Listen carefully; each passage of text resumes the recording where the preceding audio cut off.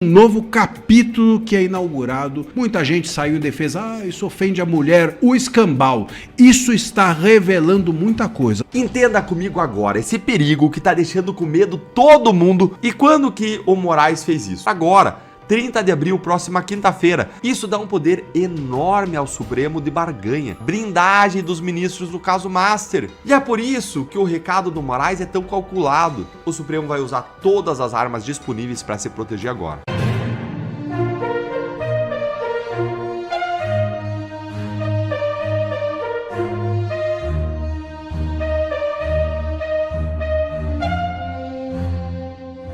Gilmar quer namorada no STF. É isso mesmo. O decano do Supremo Tribunal Federal, Gilmar Mendes, engatou um romance com a ministra do Tribunal Superior do Trabalho, Morgana de Almeida.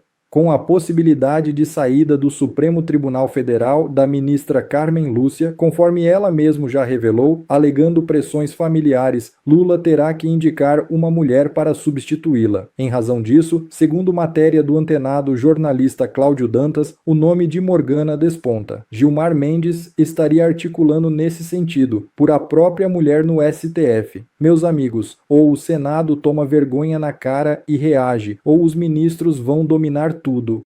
Alcolumbre marca sabatina de Jorge Messias na CCJ do Senado. É isso mesmo. O presidente do Senado, Davi Alcolumbre, agendou a sabatina relâmpago de Jorge Messias. O advogado-geral da União Capacho de Lula, mais conhecido como Bessias, será interpelado pelos senadores em 29 de abril. No mesmo dia, o plenário do Senado deve decidir se aceita ou não sua indicação para o Supremo Tribunal Federal. O senador Everton Rocha, relator da matéria na CCJ, já sinalizou que apresentará parecer favorável ao nome do atual advogado-geral da União. A leitura do relatório está prevista para 15 de abril.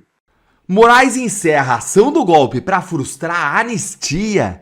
Entenda comigo agora esse perigo que tá deixando com medo todo mundo que se importa com as pessoas injustiçadas, com aquelas famílias destruídas pelos julgamentos do 8 de janeiro.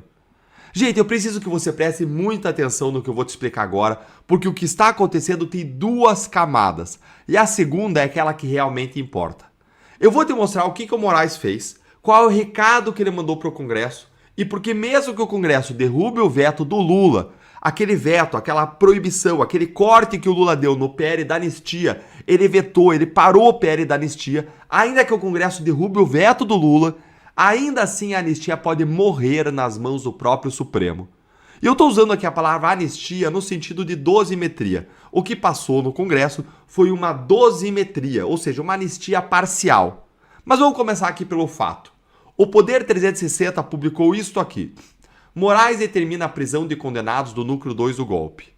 O Moraes, gente, quando ele fez isso aqui, ele mandou prender o Felipe Martins, o Silvinei Vasquez, o Marcelo Câmara, a Maria de Alencar e o Mário Fernandes.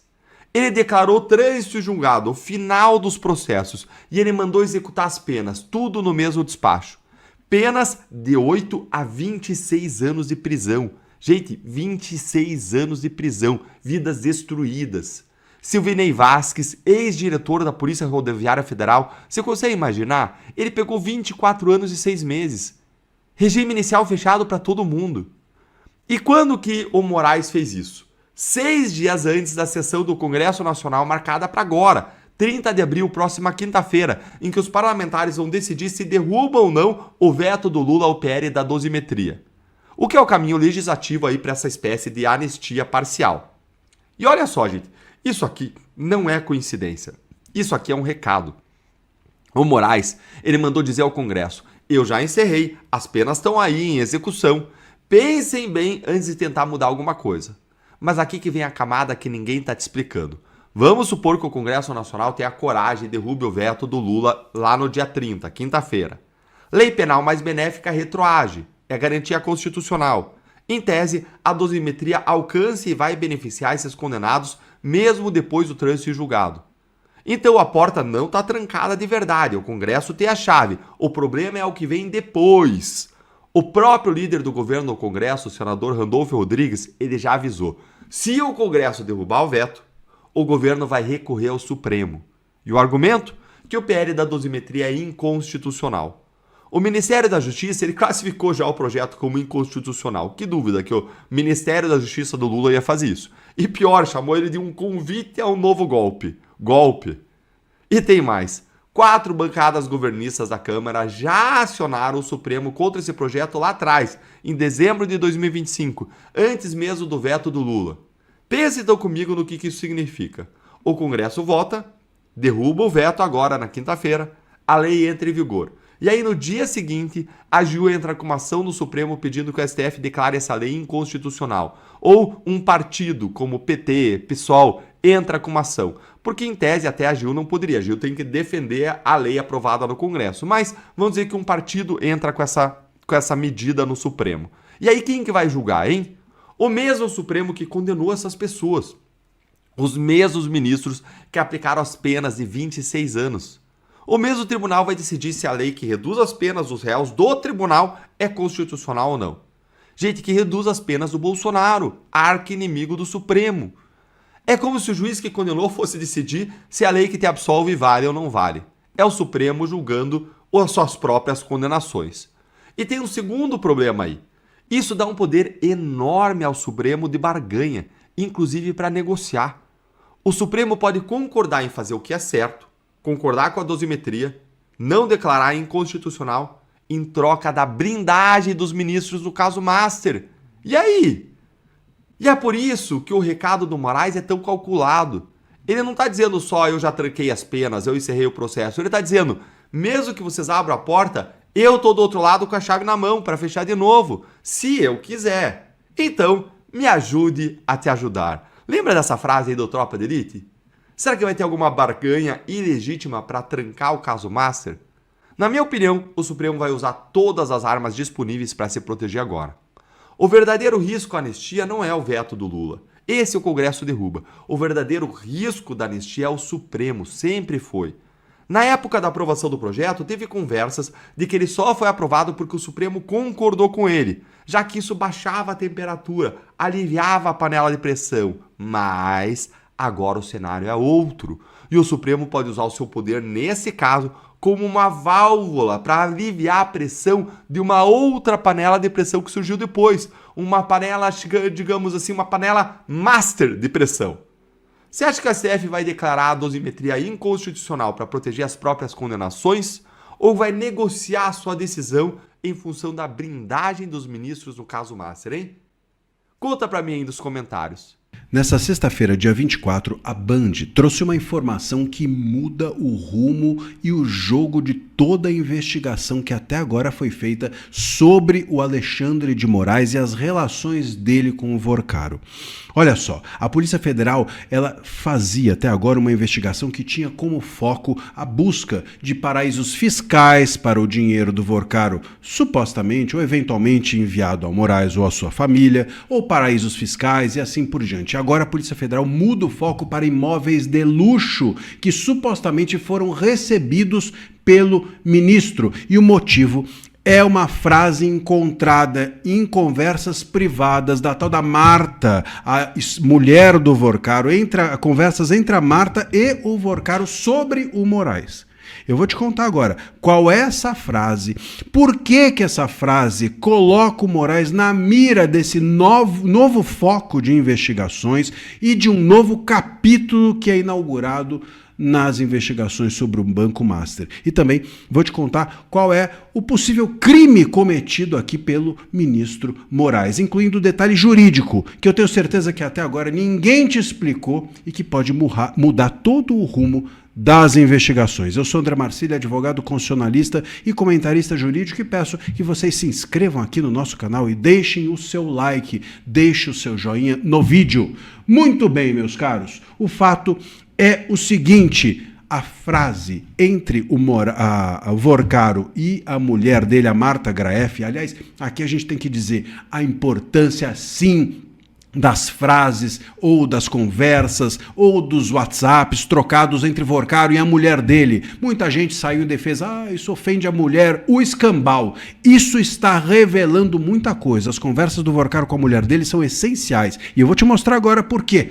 Uma das frases trocadas, ou conversas trocadas entre Vorcaro e a mulher, era a seguinte: Moraes, aspas, Moraes gostou do apartamento? Pergunta a Marta para o Vorcaro. Como assim gostou do apartamento? Você já viu alguém perguntar quando visita um apartamento que não é teu, ou um apartamento que você simplesmente está de visita, está ali como mais um, está passando pelo apartamento? Já viu os donos perguntarem, fulano gostou do apartamento? Isso não existe. Isso chamou a atenção da Polícia Federal para a possibilidade de que o Vorcaro estivesse entregando apartamentos para o Moraes. E aí a Marta perguntando, Moraes gostou do apartamento? Supostamente o apartamento que foi entregue, ou que tivesse sido entregue para o Moraes pelo Vorcaro. E aí, meus caros, o ponto é que as investigações passam agora a sair da busca, repito, de paraísos fiscais, de dinheiro vivo, para imóveis de luxo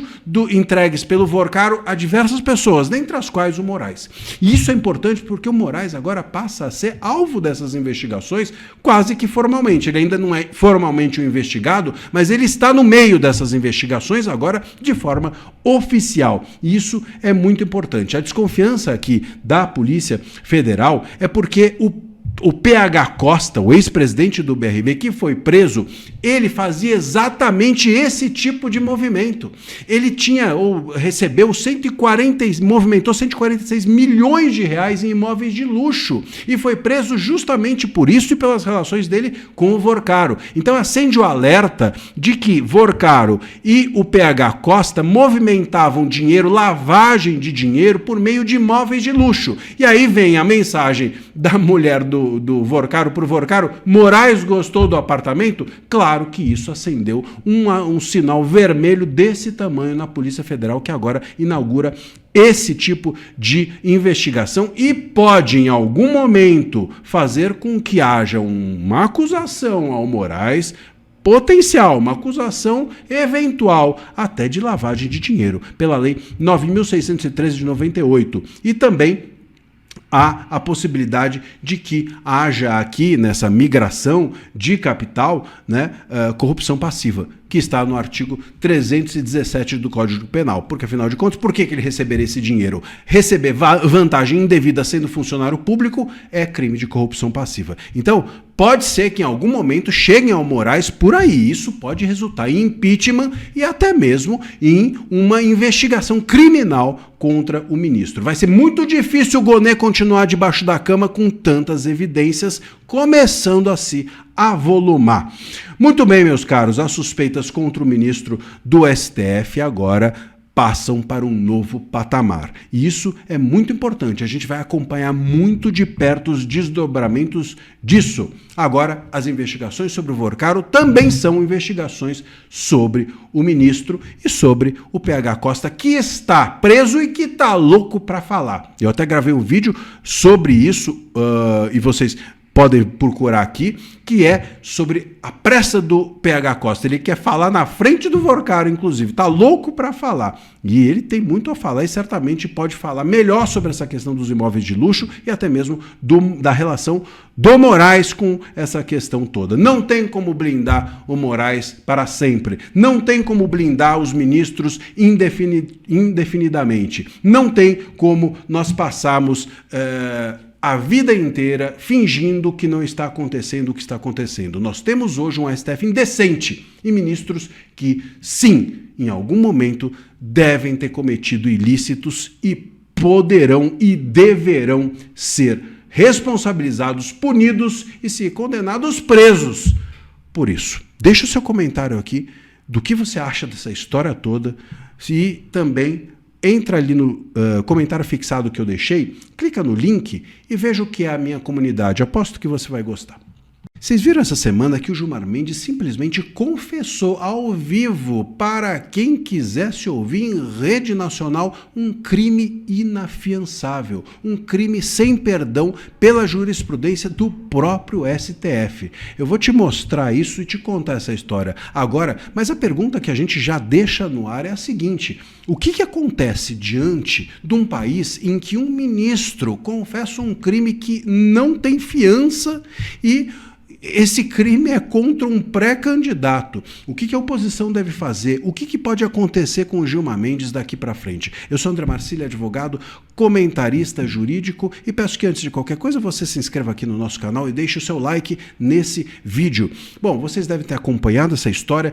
O Zema tinha feito um fantoche tirando sarro do Gilmar e do STF, e aí o Gilmar veio a público numa entrevista e disse: e se eu fizesse um fantoche do Zema, por exemplo, com ele sendo homossexual? E continuou. E depois pudesse talvez fazer um fantoche com o Zema sendo ele ladrão. Nesse segundo, o Gilmar Mendes simplesmente chamou o Zema de homossexual e comparou a homossexualidade ao ladrão. Quer dizer, homossexual e ladrão para o Gilmar é a mesma coisa, ofende do mesmo jeito. Claro que isso é crime. É crime comparar um homossexual a um ladrão e mesmo injuriar, digamos assim, o Zema, chamando-o de homossexual, imputando a ele algo que ele não é. O ponto é o seguinte: como é que fica agora, né? A gente tem jurisprudência da lei, e é isso que eu vou te mostrar agora, simplesmente mostrando que esse crime é inafiançável. Isso está textualmente na jurisprudência do próprio STF,